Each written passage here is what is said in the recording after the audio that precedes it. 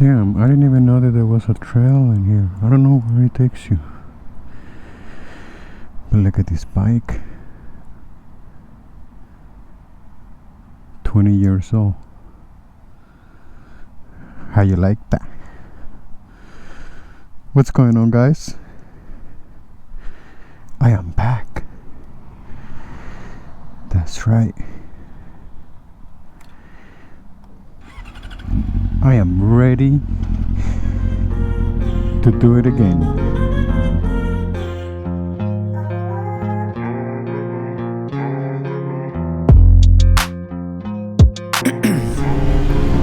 Ice in my veins, I've been driving this train.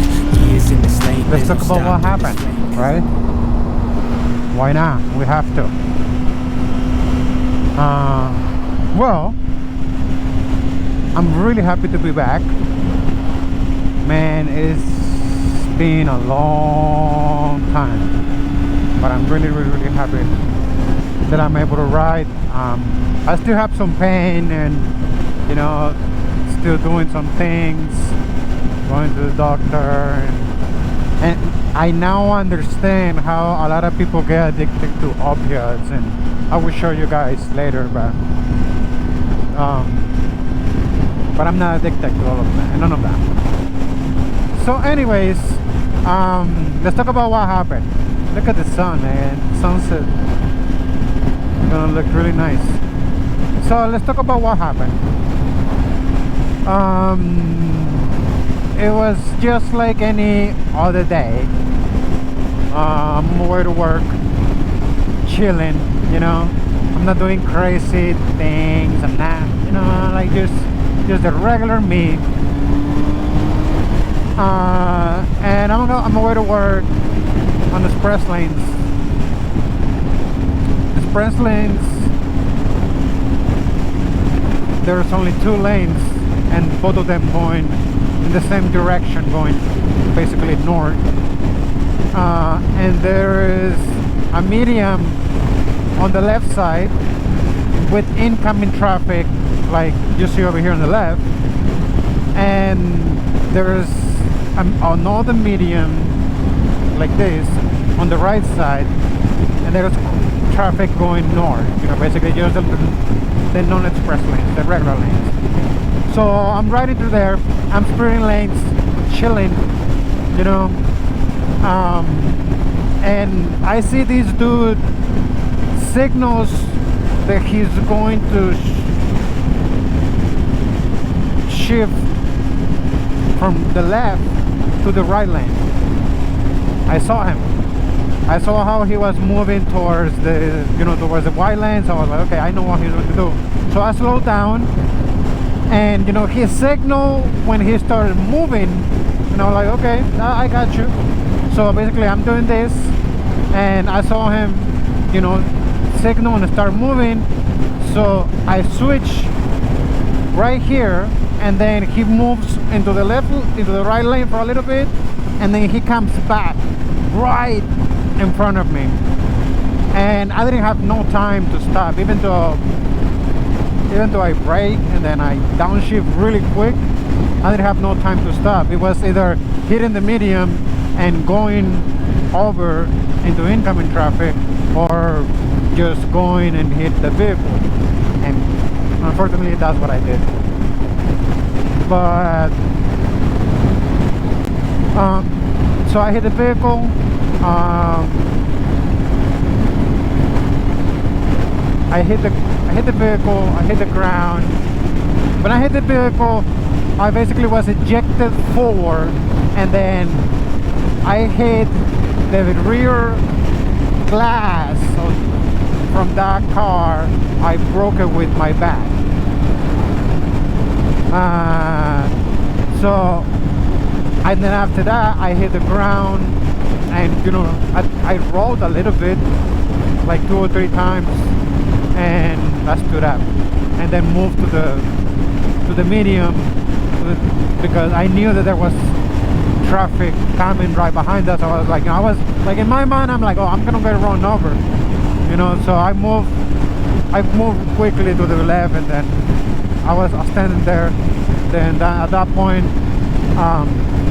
my phone was going crazy trying to, you know, like the 360 service was going crazy, asking me that if I was just in an accident because, you know, the phone had detected, you know, something, you know the GPS, how it works and everything. So at the same time, I'm trying to call 911, but my phone also tries to call 911.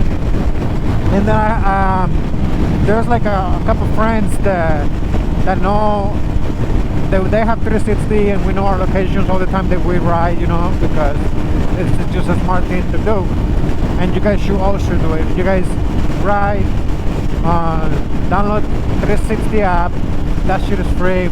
And then every time you ride, you can, you know, share your location to whoever you want, just so they know that you are on the road. And if you all of a sudden stop moving or something, they know. So one of my friends was at work. You know, I can't say who it is, but he knows who it is. One of my friends was at work because he also works early in the morning, and he called me right away.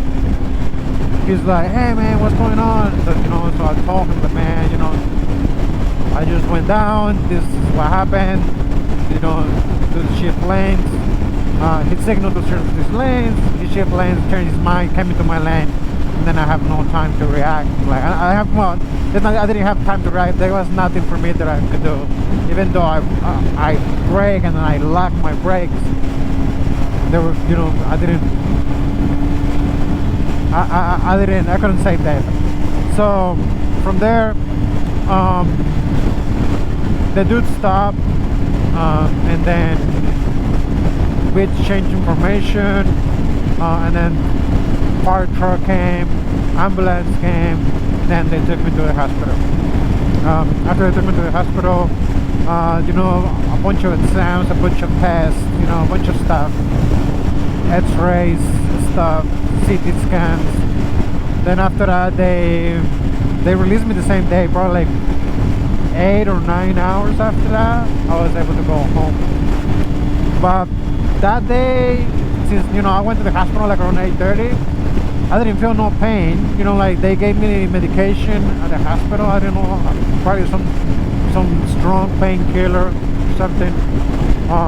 They gave me some strong shit in there because I didn't feel no pain that day. You know, like after I came home, after I got home, I started feeling the pain. You know, I started feeling pain in my back. I started feeling pain in my leg.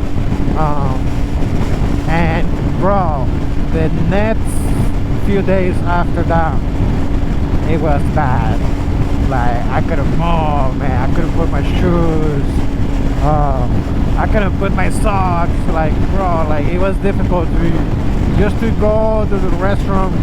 It was difficult to do just basic necessities. But I did it, and there was no other option. So after that, and still going through a lot of doctor's appointments, still a lot of tests, a lot of stuff, you know, especially with my back and my shoulder. Like my right shoulder is kind of messed up. Like every time I move it, it clicks, you know. But it's kind of funny. Look at my boy over there playing. So I'm still going to doing a lot of physical training, physical therapy, doing a lot of MRIs and stuff. I'm trying to find out what is the issue with my shoulder. So to see what's going to happen, because you know, like I feel I don't feel like as confident with my right shoulder, my right hand, as I am with my left hand right now. Like I feel a little bit, like I feel like not as strong with my right hand. I mean, I would say that I've, like with all the exercises and physical therapy, thanks to that, it went from feeling like the 25% of strength to going to like 80% 80, 85. Like, I'm doing pretty good right now. But I remember that at the beginning, I couldn't do this with my right hand. I couldn't raise my wrist to shoulder level. I couldn't. Like, this would cause me so much pain just to do this. You know, and obviously I couldn't lift it above my head. I couldn't do anything. Like, just in order for me to move around the house, it was just so painful because I basically I landed on my right shoulder. So going to a lot of therapy, doing a lot of exercises, still doing a lot of work, and you know, getting better little by little. But so far I'm feeling really happy, and I'm back.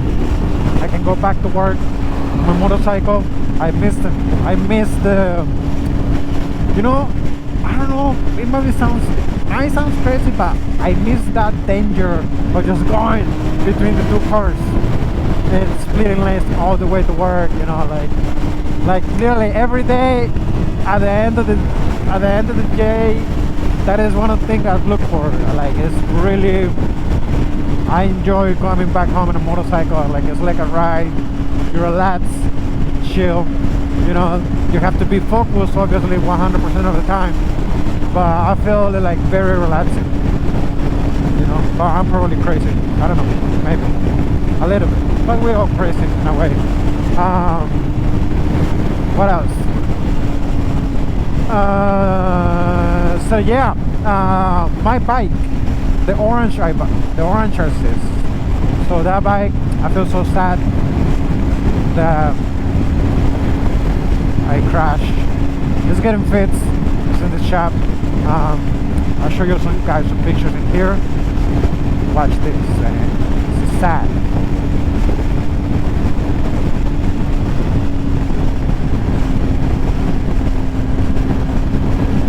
Press F in the chat, guys. Look at this.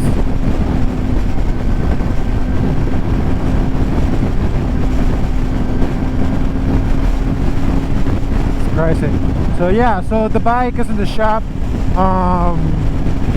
I don't think I can say how much are the repairs, but it's a lot of money. It's more than $5,000 because basically all the fairings and the entire front is gone. You know, you guys saw the pictures. The bike probably is gonna be ready like in a month and a half probably. But I'm very excited because we're gonna do some upgrades. It's still gonna be orange and black the way it is, but you know, we're gonna do something. But yeah, it's coming soon. Meanwhile, I got my baby. This bike is a tank. This bike never dies, never let me down, never ever. I always make it home, and we're gonna continue to do that. We're gonna continue to go work and make it home once we leave work. But yeah, guys, this is it. This is an update, and I'm so happy to be back. You know, do you guys miss me? No? I miss myself. I miss doing this. I miss freaking being in two wheels. Like, this man sounds crazy, but I miss smelling the road and all this nasty shit. But it is what it is. You know, that's one of the perks. You can smell everything in here.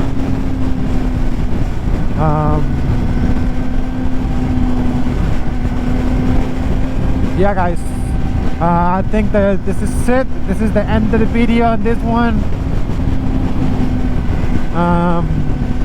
Thanks for watching. See you guys on the next one. Goodbye.